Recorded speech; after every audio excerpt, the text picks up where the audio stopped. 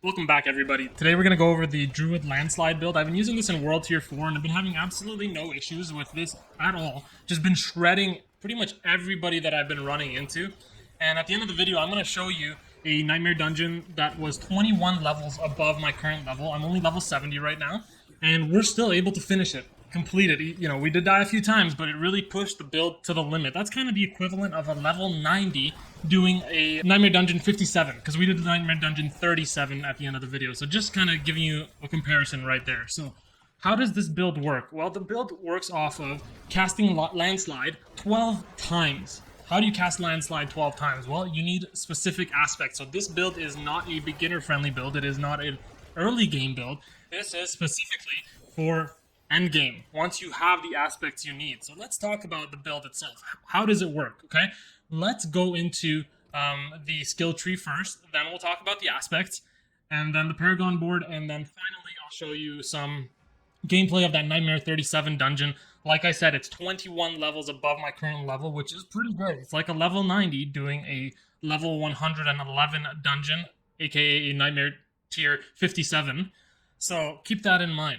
So we're going to start off with the basic skills. You're going to take 1 point in Wind Shear, Enhanced Wind Shear that makes people vulnerable, and then Fierce Wind Shear. This basic skill is only going to be used to proc one other thing, and we're going to talk about that later. So just keep that in mind. We don't use this for damage at all.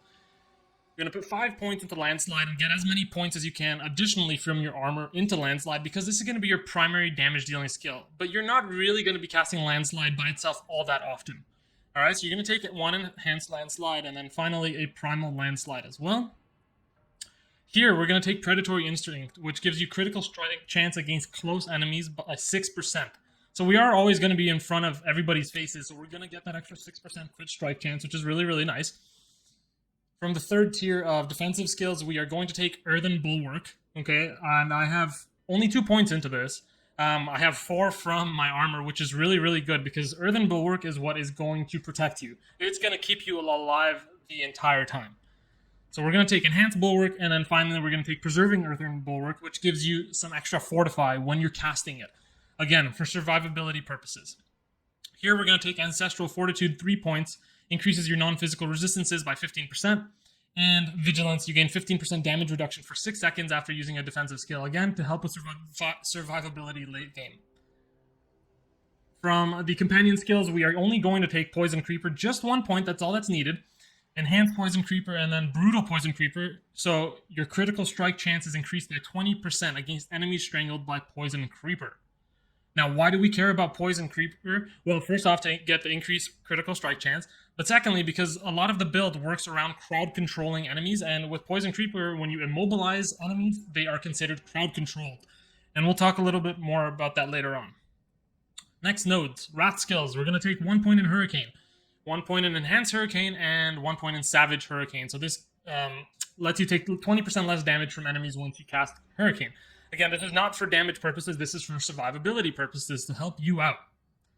We're also going to take 1 rank of Trample, 1 Enhanced Trample, and 1 Casting Trample grants 20% base life as Fortify. Again, survivability, okay? Survivability is huge with this build because you want to be able to push as high of a Nightmare Dungeon as you can. Now, why are we taking Trample? Well, Trample is actually what is going to be casting our Landslide. Trample is the key skill that is going to cast Landslide, and it's going to do so because of specific aspects that we have in our build. We're going to take 3 points in Crushing Earth, so Earth skills deal 15% increased damage to slowed, stunned, immobilized, knocked back enemies. We're going to be very interested in this because we're going to be immobilizing and stunning enemies. We're going to take 3 points in Safeguard, critical strikes with Earth skills Fortify, again for survivability, and then Stone Guard. When you have Fortify for over 50% of your max life, your Earth skills deal increased damage. Very nice. From the ultimate skills, we don't take any ultimate. Nothing is needed for this build. We are going to take 3 points in Defiance, increase nature magic damage, Circle of Life, nature magic skills that consume spirit heal you for 3% of your maximum life, and you get Natural Disaster. Your Earth skills deal 12% increased damage to vulnerable enemies. Your Storm skills deal 12% as well. But the Earth skills are the ones that we care because we're casting Landslides, and we're making people vulnerable as well, so we're going to get that extra damage boost. 1 point in Quick Shift, okay, just so that we can access this, which is upon shapeshifting into a werewolf or werebear, gain 12% damage reduction, again for survivability purposes, because we're going to be shapeshifting between human and and bear quite frequently as we're casting our Wind Shear, which is in human form, versus Trample in werebear form. The ultimate we're going to take is Nature's Fury. Now, this is why we used Wind Shear as our basic skill. So Nature's Fury, casting an Earth skill, has a 30% chance to trigger a free Storm skill of the same category. In addition, casting a Storm skill has a 30% chance to trigger a free Earth skill of the same category. Oh, so that's very interesting. So basically, we're using the Wind Shear here to proc free casts of Landslide. All right, that's essentially what we're doing here with that build. Now, how does it all fit together? Because, you know, if I cast Landslide, this is all we're getting. Actually, in fact, we shouldn't have even got that because we got twice the amount of Landslides there that we should have. What we're doing is we're casting Trample, like this, and you're getting 12 Landslides popping out. Okay, so how are we doing this? One of the key 3 aspects that you need is this. Trample now summons 6 Landslide Pillars of Earth during its duration. Trample is now also a nature magic and earth skill. So all those modifiers that increase nature magic damage, earth skill damage, they apply to Trample. This is exactly what we want. All right. The next key aspect that we want is this one. Landslide's earth pillars each strike a second time and deal an additional 9% bonus damage per hit. So not only are we casting it 6 times per Trample, we're doing it 12 times now.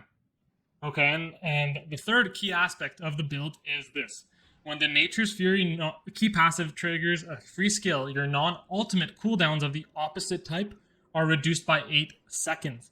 So when we cast Wind Shear, we have a chance, a 30% chance, basically, to reduce our cooldown time for Earthen Bulwark and Trample by 8 seconds, right? So we're going to cast it, and then we're going to cast Wind Shears. And you saw that I actually procced it twice. I was able to get rid of it twice. So we were able to reduce that cooldown from 14 seconds down to basically 0 in just a matter of milliseconds. Okay, now obviously it's not always going to happen like that. Sometimes you're going to, do your Landslide and start casting, and it's going to take a few times. There you go. It took a couple of seconds before it refreshed, but now I'm ready to cast Landslide again. Do a couple Wind Shears, and now in 1 second I'm good to go again.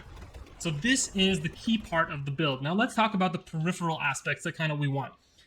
This one's very important. It's kind of like A-tier aspect for this build. It is damage from earth skills, slow enemies hit by 35%. Slow is a crowd control effect, and we work off of doing a lot of crowd control damage. Like, look at the weapon.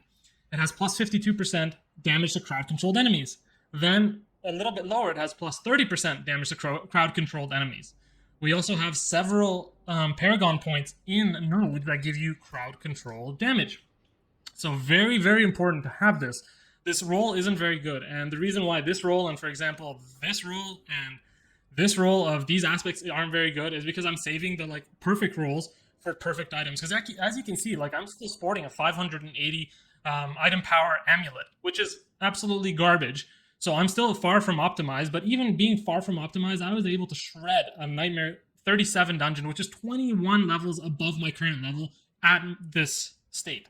Okay, so in 20 levels, when I'll have that many more Paragon points, I will be ready to shred Nightmare 57, no problem. So the next aspect that we're going to talk about, so this is also still A-tier for this build. It's the duration of Earthen Bulwark is increased by 6 seconds. In addition, killing an enemy with Earth skills replenishes 108 of your active Earthen Bulwark's barrier. So this is really, really good. So yes, we do increase the cooldown of our Earthen Bulwark by 6 seconds, but we don't care because we can proc the reduction of the cooldown time by 8 seconds every time we use Wind Shear, right? With that aspect that we were talking about. So we're increasing the cooldown a little bit, but this allows us to keep replenishing our Earthen Bulwark every time we kill an enemy. Very good for survivability purposes. Next, basic skills gain 15% attack speed. This one we could have put probably on the amulet, but I do like this way too much to do that. So we're going to just put it on a random piece of armor so that our basic skills, aka our Wind Shield, go a little bit faster, because the quicker you can cast Wind Shear, the quicker you can proc the cooldown reduction for your Landslide, meaning the quicker you can cast your Landslides. Then we've got basic skills grant 20% damage reduction for 5.5 seconds, again for survivability purposes. And we have, when you have Fortify, your Earth skills gain +2 ranks. So, we have Fortify on pretty much the whole time, which means when we have Fortify, our Landslides are going to be 2 ranks stronger. So that's the reason we're doing that. And we're going to deal 17% increased damage while you have a barrier such as our Fortify.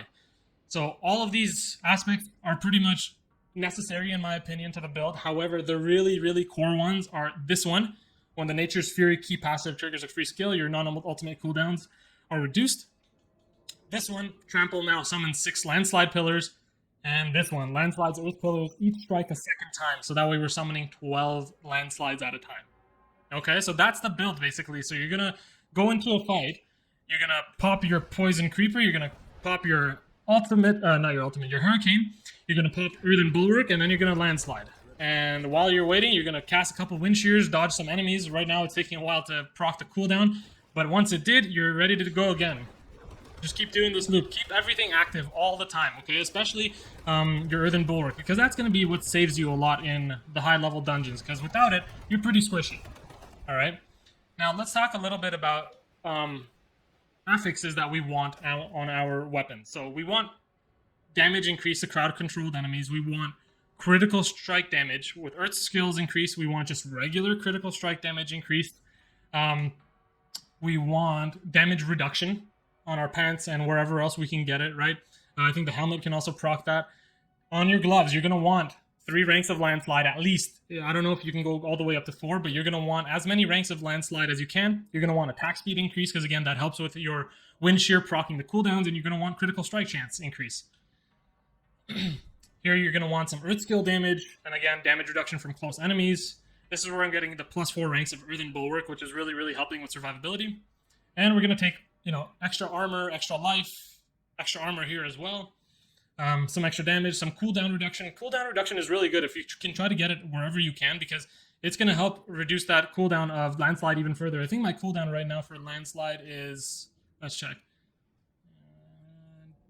Not Landslide, for Trample. For Trample is 12.84 seconds, okay?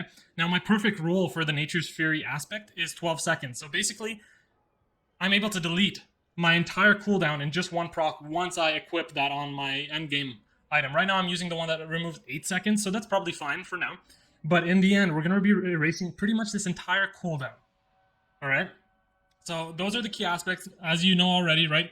Crit strike damage, crit strike chance, life, armor, cooldown reduction, damage reduction from close enemies. That's a big one. So we're going to be focusing pretty much on those. And now we can talk about Paragon boards. All right, so let's talk about the starting board. This is kind of the route that I took. I went and hit this node, which gave me an extra 20% damage. Hit these 2 yellow nodes here, which this one gave 20% damage. This one gave a little bit of resistance. We're going to go into the next board. The next board that we took is the Earthen Devastation board, because we want to get this specific node. Your Earth skills deal 30% increased damage to enemies afflicted by crowd control damage. Again, surprise, surprise, we're just stacking all these modifiers on top of each other.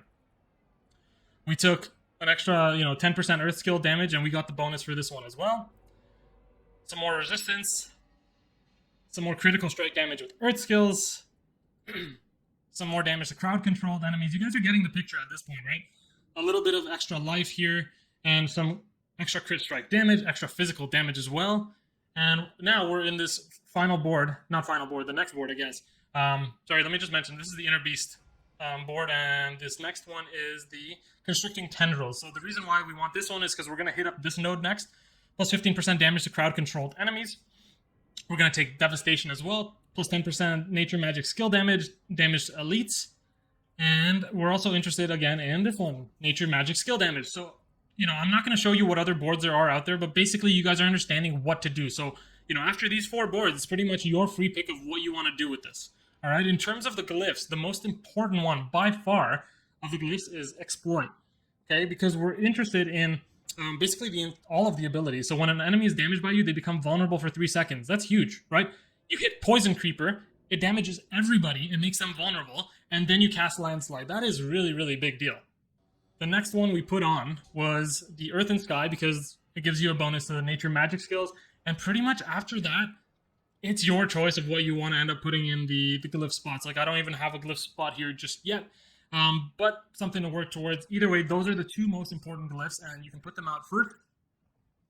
So that's pretty much the build. Now, what I'm going to show you guys next is a little bit of gameplay from the Nightmare Dungeon. Remember, it's a Nightmare Dungeon 37, so it's 21 levels above this current build.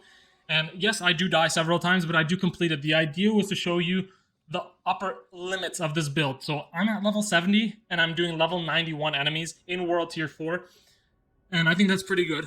Like I said, if I was level 90, that's the equivalent of doing level 111 enemies, so aka Nightmare Dungeon 57. All right, and level 100 should be Nightmare Dungeon 67. It should be able to get there with this build. Just need more survivability and more damage, because the quicker you can kill an enemy, the less damage you have to worry about taking from that enemy.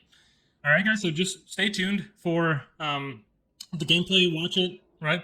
And one thing I'm going to note is please like the video, subscribe to the channel. I'm going to make more content for you guys, and I will catch you guys next time. See ya.